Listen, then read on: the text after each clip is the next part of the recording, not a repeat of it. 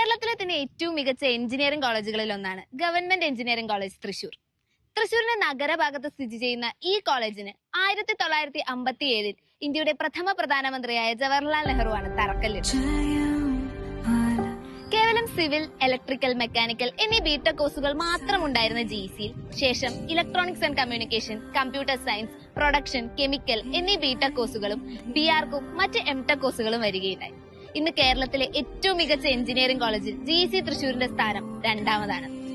ഇതിന് പിന്നിലെ കാരണങ്ങൾ ചികഞ്ഞാൽ കഴിഞ്ഞ 9 വർഷങ്ങളിലുണ്ടായ മാറ്റങ്ങൾ നമുക്ക് കാണാൻ സാധിക്കും. ഇക്കഴിഞ്ഞ 9 വർഷത്തിലെ ഇൻഫ്രാസ്ട്രക്ചറൽ ഡെവലപ്മെന്റ്സ് പറഞ്ഞു വെക്കാൻ പുതിയ academic block, civil structural block, production extension, electrical block, mechanical block, computer science block, water harvesting system, QIP quarters, new canteen എന്നിങ്ങനെ നിരവധിയാണ്. ഇനി അക്കാഡമിക് ഡെവലപ്മെന്റ്സ് നോക്കിയാൽ 2024 മുതൽ ബിടെക് ഇസി കെമിക്കൽ സീറ്റുകളുടെ വർധനവ്, 2024 BTech cyber physical system, MTech robotics and automation എന്നീ കോഴ്സുകളുടെ തുടക്കം എന്നിങ്ങനെ നിരവധിയാണ്. ഇതെല്ലാം കൂടാതെ NCRI, CBI എന്നീ നൂതന ഫെസിലിറ്റീസും കോളേജിൽ വിദ്യാർത്ഥികൾക്കായി സ്ഥാപിച്ചിട്ടുണ്ട്.